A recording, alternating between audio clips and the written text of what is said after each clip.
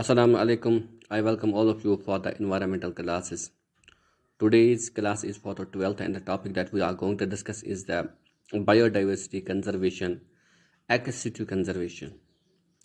Dear friends and my dear students, in the previous topic we discussed the biodiversity conservation, in situ conservation. In situ conservation, we studied that it's a conservation which is in which the species are conserved in their natural habitat or environment. Now, today we are going to take up the ex situ conservation. Ex situ conservation is the preservation of components of biological diversity outside their natural habitat.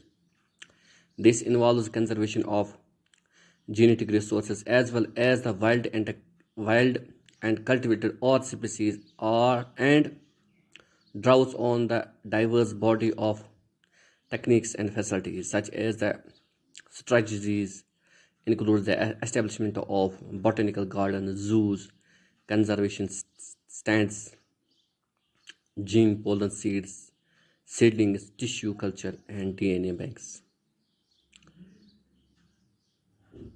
Now, first is a seed gene bank. These are cold storages where the seeds are kept under controlled temperature and humidity for the storage. And this is easiest way to storage the germplasm of plants at a low temperature. Seeds preserved under controlled conditions remains viable for long duration of time. Gene bank. Genetic variability also is preserved by gene bank under the normal growing conditions. These are cold storage where germ plants or germplasm are kept under controlled temperature and humidity for the storage. This is an important way of preserving the genetic resources. Cryopreservation. This is the newest application of technology for the preservation of biotic parts. This type of conservation is done at a very low temperature, 196 centigrade in liquid nitrogen.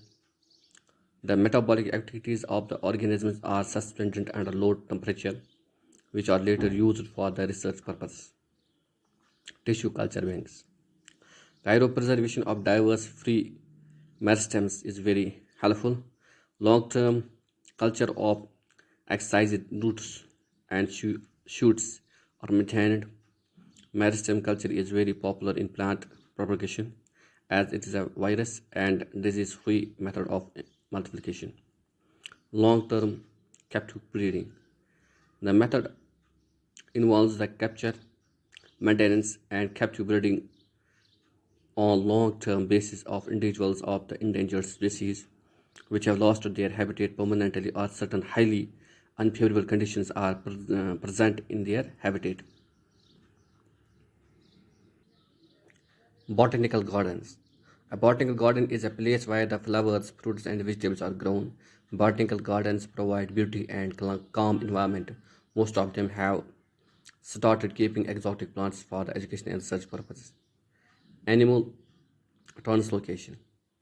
Release of animals in a new locality which come from anywhere else. Translocation is carried in the following cases.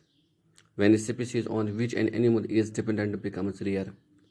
When a species is endemic and restricted to a particular area due to habitat destruction and unfavorable environmental conditions. Increase in population in an area.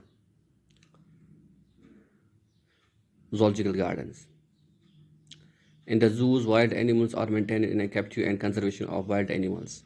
Rare endangered species. The oldest zoo, the Scomber Zoo, which exists today, also was established in Vienna in 1759.